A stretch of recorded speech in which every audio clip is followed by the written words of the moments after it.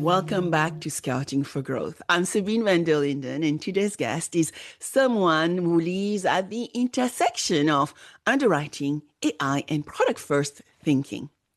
His name is Will Ross, co-founder and CEO of Federato. Will is leading the charge at Federato with their RiskOps platform, which helps insurers triage submissions by appetite, goals, and risk, consolidate fractured workflows, and give underwriting teams real-time visibility into their portfolios, all moving away from yesterday's batch reporting and juggling off disconnected data. Why is this urgent? Because the stats are unforgiving. A recent S&P Global report found that 42% of companies are scrapping most of their AI initiatives in 2025, up sharply from just 17% last year. IDC says 88% of AI proof of concepts never make it into production. This is 95% according to MIT, but more to come within our conversation with Will. This leaves organizations with expensive pilots and no scalable impact.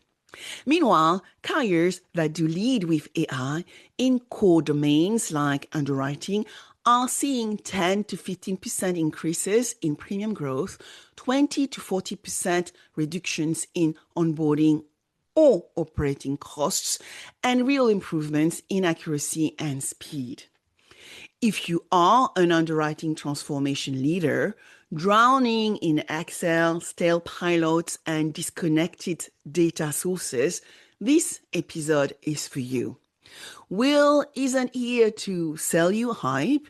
He's here to show what it looks like when AI actually delivers faster quotes, better decisions, happier underwriters, and measurable results before the next board meeting. Will, thank you for being here. Let's dive in.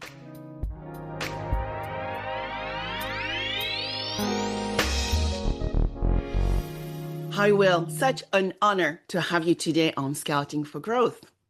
No, thank you for having me.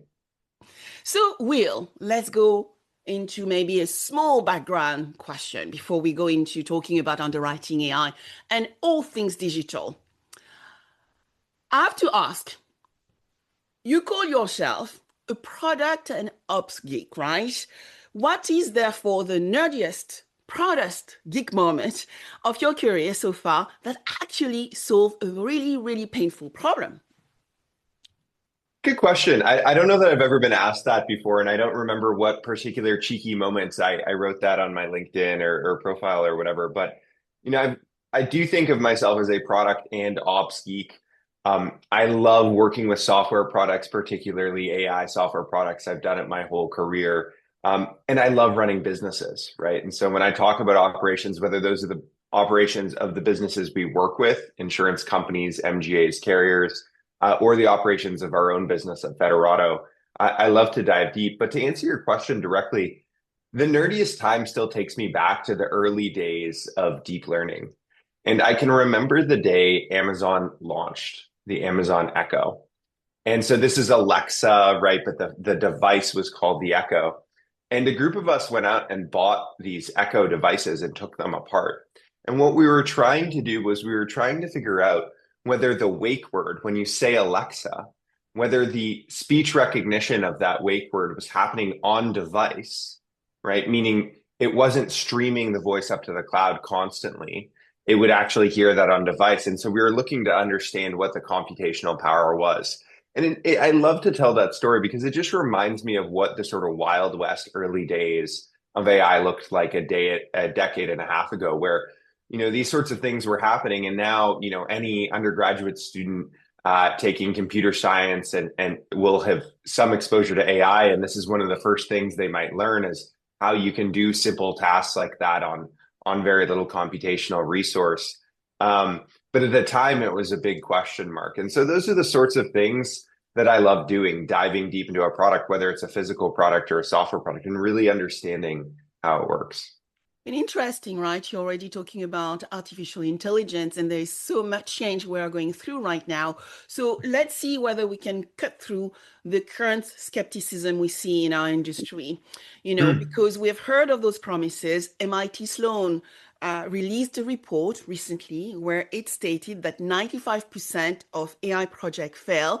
I think in insurance, we have heard is around 88%. So why do you think so many AI pilots fail today, maybe in underwriting as well? And how do we start moving things forward and stop collecting dust on some of those projects? Yeah, it's interesting you bring up the MIT study. I think that did make a lot of headlines. It was authored by a gentleman named Aditya Chalpali out of MIT, as you mentioned. And one of the things that I think is really scary today is that probably the biggest fear that created for me in AI is that AI perpetuates news cycles really well and how fast that spread. Because if you actually double click down on the report, I think what the report finds is very different than what the headlines were kind of grabbing. And if you look, what you'll find is Chalpali goes on to talk about the difference between trying to build with these technologies in-house. In other words, taking a very basic foundational model from OpenAI or Anthropic and trying to build in-house pilots versus working with professionals, right? Working with whether that's a vended system or a reputable consulting or services firm who sort of works with these things professionally. And what they actually find is 67% of pilots are successful when you work that way, right? And so the title that kind of got perpetuated online is quite misleading. But if you think about that, what does it teach us? A pilot, 5% is sort of what the headline sounds like, 5% chance of being successful versus 67%. That's a 13x difference. And so, it is a little self-serving. I happen to work at a software company, and obviously we want to partner with all of the folks across this industry if we possibly can. But the reality is this survey that grabbed headlines speaks to, hey, 2/3 chance, pretty good shot on goal if you work with folks who are sort of the experts in this field and the experts in this area. And so I think quite revealing relative to the market moment we're living through, and, maybe a word to the wise as to the choice everyone's making, which is, build by. Yeah. And what you are saying right now is it's time for us to break through the buzzwords, right? So I would love for you to think about Sarah. Think about Sarah as the Chief Underwriting and Transformation Officer of, specialty line division within big insurance company. Maybe we'll talk we call this insurance company Mid-Atlantic Mutual Insurance Group. So when Sarah goes to the board, right, she has to talk about everything Chat GPT and help the board really understand the future of AI. How do you explain AI in underwriting without sending, to our team some BS detectors and, getting them really scared about what AI means today? How do you do that? It's a great question. And poor Saha, right? So many people who are not experts in this subject are being put on the spot like this. And one of the best things they can do is surround themselves, obviously, with people who have this knowledge. Not saying they need to bring them in the boardroom with them, but to absorb that knowledge. But what I would advise Saha is to start with, what does artificial intelligence really mean? Like, break it down into its component parts. There's sort of this idea of intelligence, right? This idea of grasping a concept or grasping knowledge, right? And then there's artificial, right? This idea of doing something in place of a human. And you could even go a step further. If someone wanted to say generative, well, generating a thing. If someone wanted to say predictive, predicting a thing. If someone wanted to say agentic, the idea of giving that thing some agency, allowing to complete a task. And so then whatever the subject is, whether it's AI, artificial intelligence more broadly, or some specific aspect of it, what I would say to Saha is really break that down and then say, what is it, sort of two questions. What is it that humans do today? And then theoretically, if you could hit the pause button on time, what is it that humans would do if they had unlimited time to do their jobs? And as we think about underwriting specifically, the underwriting process is somewhat similar across many different lines of business. You analyze an exposure, you analyze loss history, you analyze loss control. You start to put those pieces into a bit of a blender and you start to look at your base rating and get a sense of where you're coming out from a rate perspective. You might anchor that against some form of technical premium. You'll start to review your guidelines, your credits and debits. You'll go through your referral process. And then what I'd encourage Saha to do is really think about where can these systems interact with that process. On the other hand, I'd encourage Saha to think about what can't an underwriter do? If an underwriter could theoretically do their job perfectly, how would they approach this? And I think what you might discover there is, wouldn't an underwriter love to be able to hit the pause button on time and look at a risk, look at all the locations, all the power units, the full schedule of class codes, and think about how that risk correlates with the rest of the entire portfolio, how that risk compares to all the other potential submissions available to Saha or an underwriter in that moment, and then analyze it. And I think if you can really just focus on your own profession from those two vantage points, how is it done today, as well as how would someone like to do it if time were no longer a barrier, it starts to layer in for you, how can artificial intelligence potentially unlock something that before was maybe not considered possible. And so I really do encourage that kind of very pragmatic and thought out approach. Do you think there is an upside to having skeptical underwriters in the room? And if we have them in the room, right? Saha is your transformation leaders, but she has to convince the whole group as well with the power of artificial intelligence in underwriting. How can their pushback help build better solution rather than stall progress? I think you absolutely have to have the most skeptical underwriters in the room, right? But I'll tell you something. You would be surprised at who is truly skeptical. And so I'll tell you a quick story about an exercise I did recently with a group of executive leaders, and that I then encouraged them to do with others. So I was doing a roundtable in New York City with a group of executive leaders from all sorts of different insurance companies. And this subject kind of came up: skepticism, is AI going to replace my job, et cetera. And remember, these were more senior executives, and they said, we're worried that our employees are worried that it's going to replace their jobs. And so I asked everyone to close their eyes, and pretty senior group, a little bit of skepticism, but they played with me for a second. And then I said, who has used some form of AI, Chat GPT, Copilot, the basics, to do their job in the last week? It was like 13, 15 people. Only one didn't raise their hand. And so I said, open your eyes. And the question I asked is, if you all are adopting at this rate, are you really convinced that your underwriters are doing the same? And all of the studies would suggest that no matter how skeptical people are, the vast majority of people are already using these technologies to do their jobs. And so by bringing them into the room, making them aware of what this technology actually does, right, and giving them a chance to interact with it, that's a very powerful thing. And I think it really lends itself to this kind of phrase that's becoming popular, which is, there are going to be jobs that change, but we shouldn't be thinking about it as AI replacing our job. We should be thinking about it as someone who is going to use AI to do our job, who will replace us, right? And by embracing your most skeptical employees, or at least who you think are your most skeptical employees, pulling them into the room and really engaging on these technologies with them, what you're showing them is, I want to make sure that you are my person in the future. I value your experience. But yeah, it's pretty intense to recognize that level of skepticism may be well overblown in many executives' heads.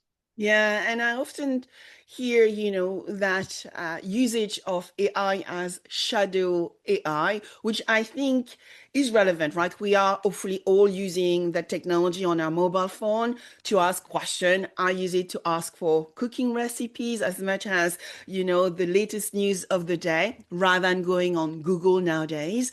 And so that use of shadow AI allows us to probably use AI either as a delegate or as a co-worker. But what I hear is that it's time for enterprises to start using AI as a teammate amongst different members of the team so that they can deliver value. So what is the single biggest mistake you have seen insurers make when they try to AI their underwriting?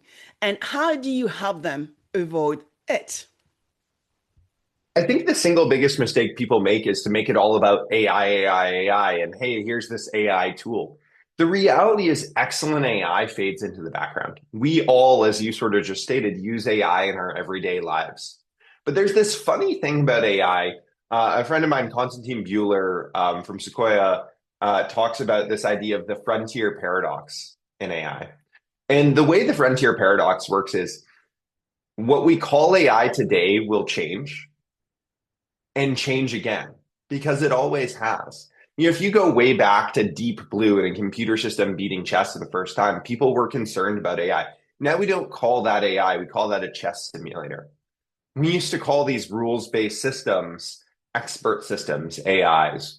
When the first predictive models for recommending a news feed on a social media platform or recommending programming on a streaming service came out. Those predictive models were referred to as AI, but no one calls the weather application on their phone AI, and yet it uses some of the most advanced statistical and predictive techniques you can imagine. No one calls their Netflix content recommendation AI, right? And so one of the best things you can do is to focus on this is a system that is going to help you do your job better. It uses a lot of different technologies, but here's why we believe it will either help you do what you do today more efficiently or help you achieve what you wish you could achieve, but have never quite been able to do your job at that sort of superhuman almost level. And that's typically pretty appealing to people, especially the right people, the people who want to do their jobs well. And by framing the conversation that way and not making it AI, AI, AI, right? Which everyone complains about. I don't want to make it AI, AI, AI. And then they launch something internally and they make it AI, AI, AI. So, there's a bit of hypocrisy. That's one of the best ways to move past this is to just focus on what is this going to do for that end user, for that underwriter, that underwriting assistant, that actuary, that loss control specialist, whomever is going to interface with this technology. Yeah. So let's dive into maybe some quick wins and really practical impact when we think about AI within our underwriting sphere. So imagine this, right? Sarah's biggest fear is actually to sign up for a 3-year IT overhaul. Well, when she needs result next quarter, right? She has massive KPI. She needs to grow the business, emerging risk, on the way, and she needs to decide how to find and select those specialty lines. How do you help carriers deliver live in 6 weeks wins? It's a great question. And the answer is focus, right? There's a maturity model to all of these things. And the reality of today is that if you wanted to, from an email hitting an inbox of that specialty lines carrier through to the quote, completely automate the full spectrum of even a complex line of business, I will be the first to tell you, you can do that today. It is no longer a question of what can I automate? It's a question of what should I automate? And that question can kind of be taken in two parts. The first is philosophically, what should I automate? Is there something I genuinely and intrinsically believe that a human, not a machine, should be doing and playing a role in that part? That gets into ethics, it gets into explainability, all very important topics. The other question, though, is should I be going for that grander goal? Gets into time to value. And there's a lot of opportunities to look at a part of the process, whether that's the upfront kind of submission triaging process, or potentially the generation of an underwriting document, or the generation of a referral note, right? That allow a lot of opportunities to attack little pieces of the problem. I'd really encourage leaders to study where are the choke points in their process. But I'll tell you, we have a lot of carriers, right? Dozens of carriers and thousands of underwriters banging on our platform every day. And I'll give you some of this stuff for free. It's very simple. The choke points are at submission, clearance, and intake, right? The choke points are at the referral process. And the choke points are at ultimately getting the final quote out. And if you can attack each of those 3 points, you can meaningfully, and I mean 80, 90% reduce your average time to quote. If you meaningfully reduce your average time to quote, you're going to meaningfully change your winnability, your propensity to bind. You're going to be setting better terms. You're going to be getting closer to the technical price you're going after. And it's going to change the way your business works. And so I would start by isolating those places where, please go study your own process. We sort of see the universe, but everyone's a little bit different. And then really isolating those things down. And then I think it just becomes a question of, again, what should we automate, right? And how are we going to sort of philosophically engage with these technologies as we try to do more? Yeah. So you talk about the pain point, right? Really understanding your pain point, those become compelling events. But, when I talk to carriers right now, it's all about legacy modernization. And we have many insurers with quantities of data sources, right? So let's say we have 47 data sources, none talking to each other. How does Federato cut through the swamp without having to do a massive rip and replace? Yeah. Federato's name is focused on this idea. Federato is Italian for federated. And another way to say what you just said is to say, I have a federated environment of 47 different data sources. I think for carriers, the important thing to sort of recognize is that you have to sort of be willing to invest in some sort of platform layer off of which to build these things. We really talk about technologies like Federato as platforms. So what you choose to do, whether you're attacking that whole workflow process, you're attacking the upfront submissions, the referrals, getting the quote out, whatever piece of the process is most interesting to you, the key piece is to invest in this kind of platform layer. And what that platform layer is really focused on is taking data from all these different sources and getting into a usable format such that the intelligence layer that is going to sit on top of that platform can do what it needs to do. It's about creating a knowledge representation. Sometimes we call this a schema or an ontology of that data that's built for the way insurance works. And so that's exactly what Federato is. Federato is kind of this federated graph of your underlying information that allows you to take all those different sources, get it into a workable, usable format, and then no matter what application or what intelligence you want to layer on top of that, you're going to be in a position to do that. And so I think we're going to see a shift towards these sorts of investments. There's a lot of very interesting trends right now around skinny pass. How do we narrow the footprint of some of these legacy systems without necessarily ripping them out? Invest into a sort of middle platform layer and then build on top of that. And so that's exactly how Federato's positioned our product in the market environment, and we're sure others will do the same. So Will, please give us a story, a real world example where Federato helped maybe a mid-size or big carrier go from Excel chaos to underwriting clarity. Yeah, no, I'd be happy to. I think my mind goes to folks like Ryan Specialty. And so Ryan Specialty's property business sees tens of thousands of submissions every year. It intersects with the wholesale market.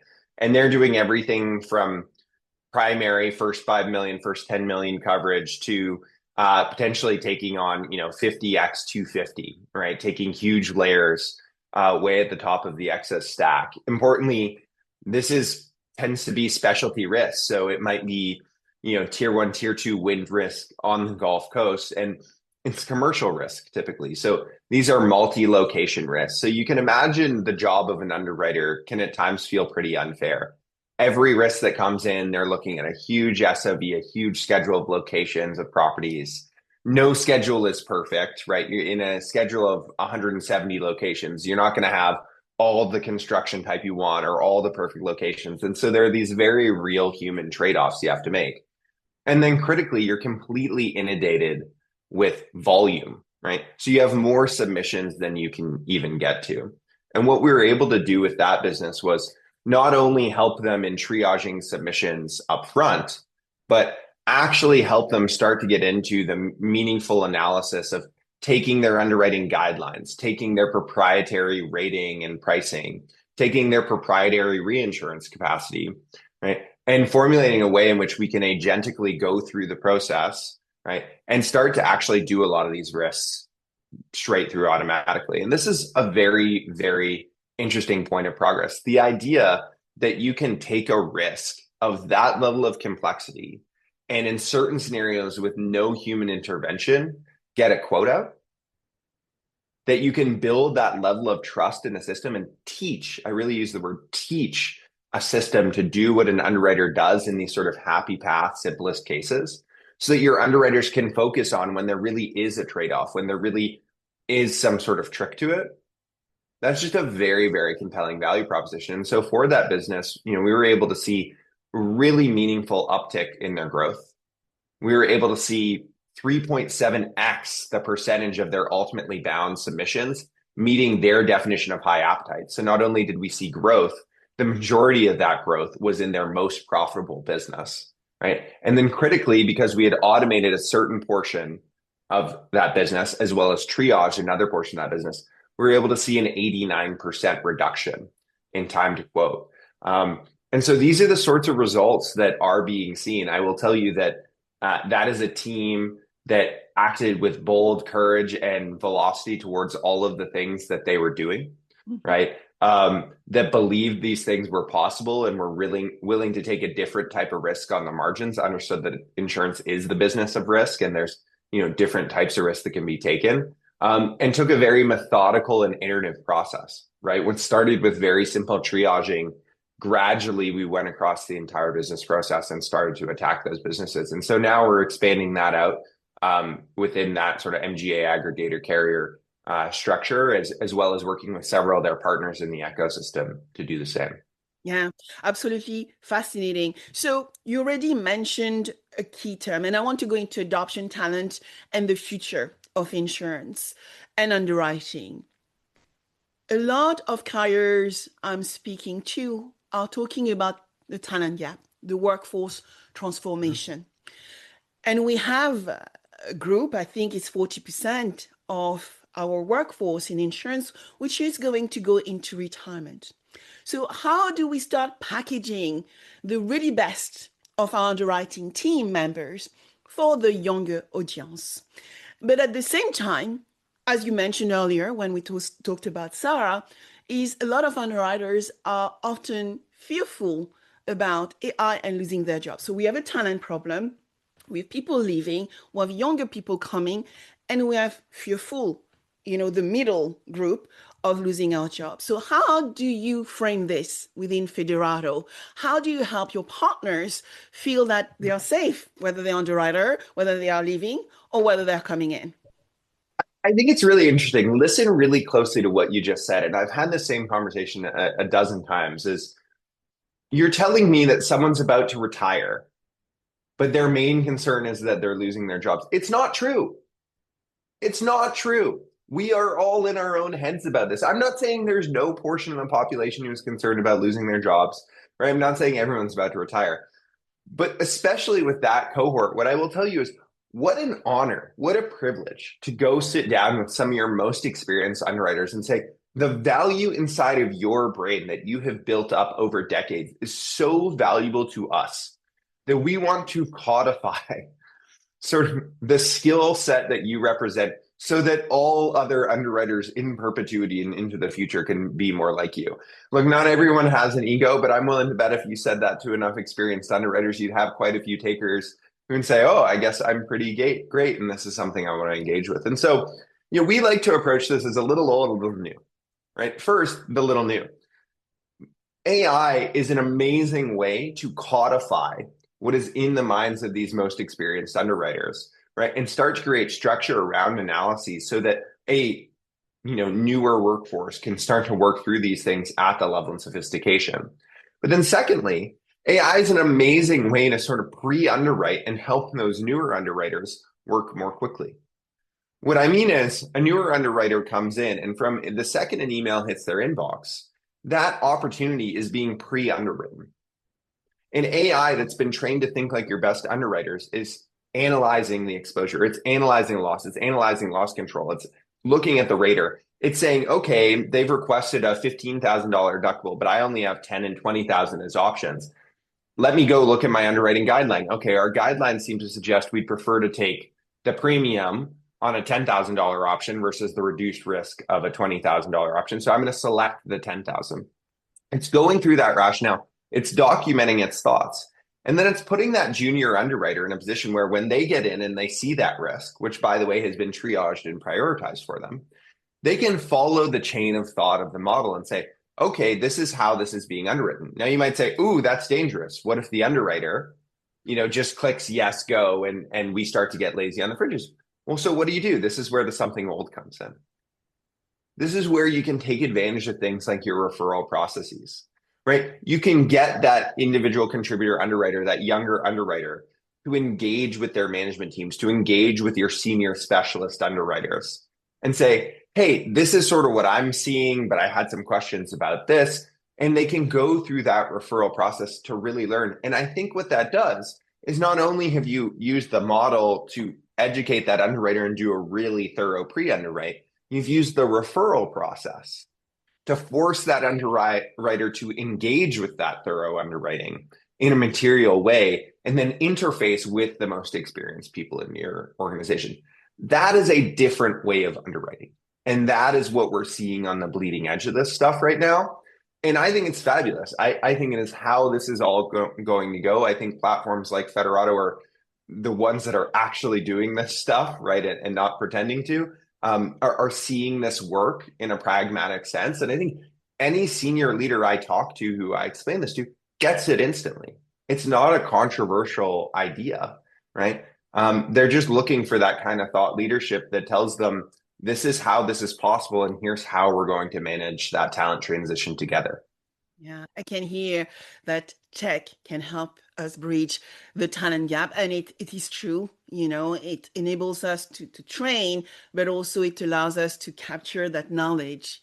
So once we have this first quick win in place, Will, how do you scale AI adoption across 120 underwriters, maybe 6 to more states, without sparkling a rebellion? Again, it's just not been our experience that there's this rebellion to be had. I think the harder part of scaling tends to get back to the IT and technical challenges. We've worked with several carriers where you start in their middle market segment and maybe you do 6 lines of business right from the get-go. And that requires you to interface with 3 different policy admin systems and dozens of other data sources. And then you wake up the next day and people say, hey, we'd love to go do this in our specialty professional lines.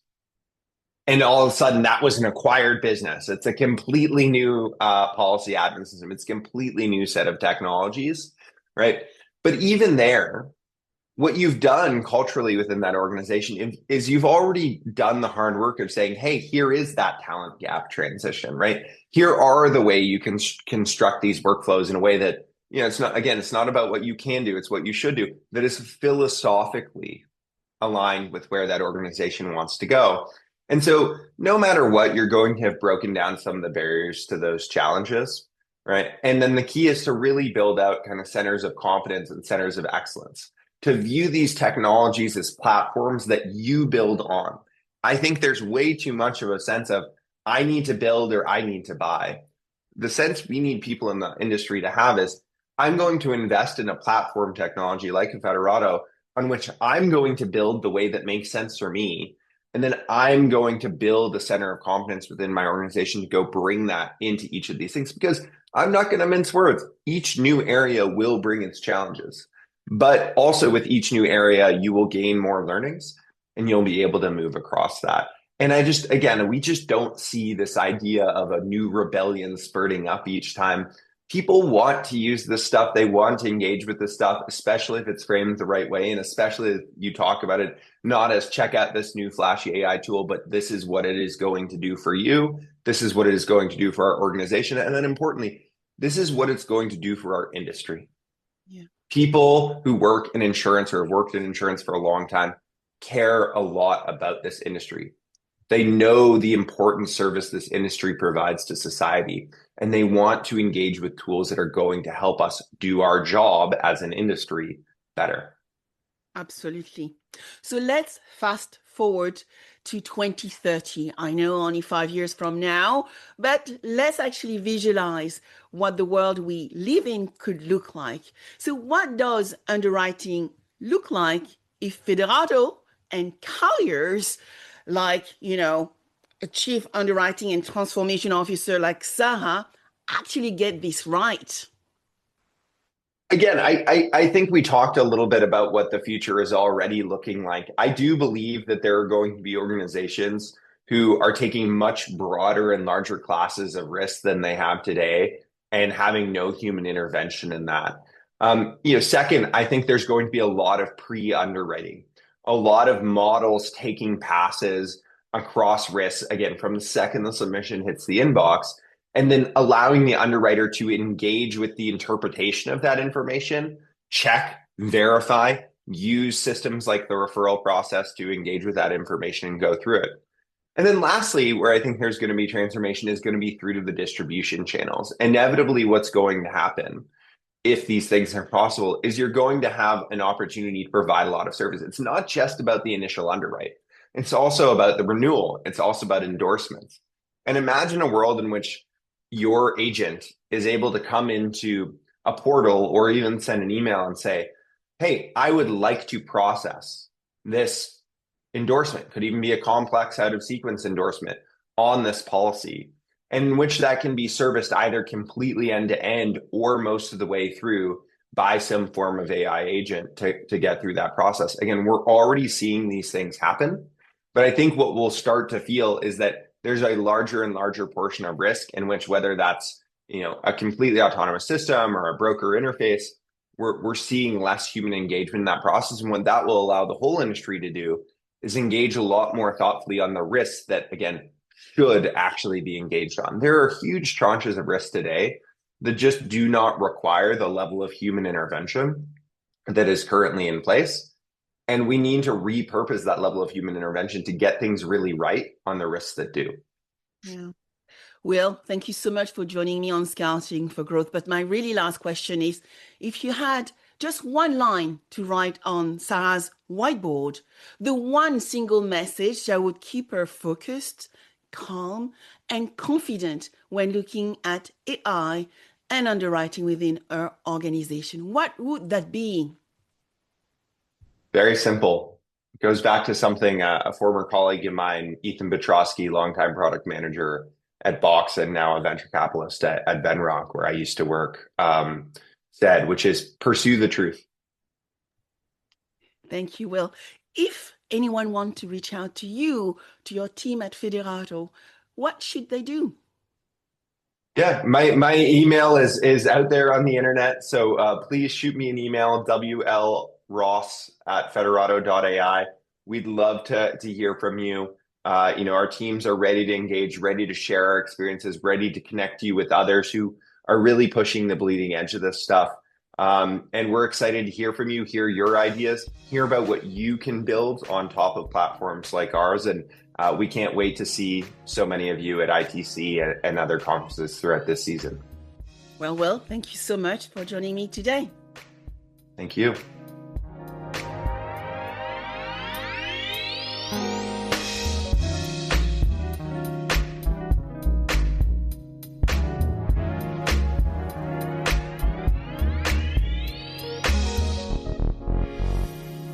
I hope you enjoyed this episode of Scouting for Growth. Please subscribe, share with friends, and leave a 5-star rating. Your rating is so valuable. I review all of them, and my team help me adapt content to meet your needs. Also, connect with me on my preferred channels. I am a B2B growth expert, so you will find me on LinkedIn, Instagram, and Threads, and X as well as Blue Sky. All information available below. Until next, keep scouting for growth.